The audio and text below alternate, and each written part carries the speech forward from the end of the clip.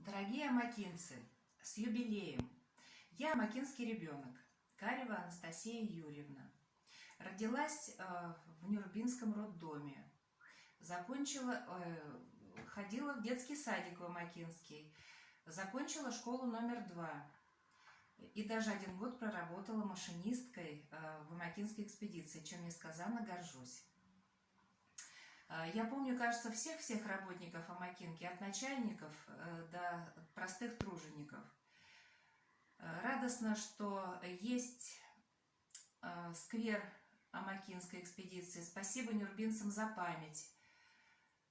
Вспоминаю всех с теплотой в сердце. Поздравляю вас всех с Днем Амакинской экспедиции в Нюрбе, приуроченным к находке первого алмаза в бассейне реки Вилюй. Сердце мое навеки с тобой, моя дорогая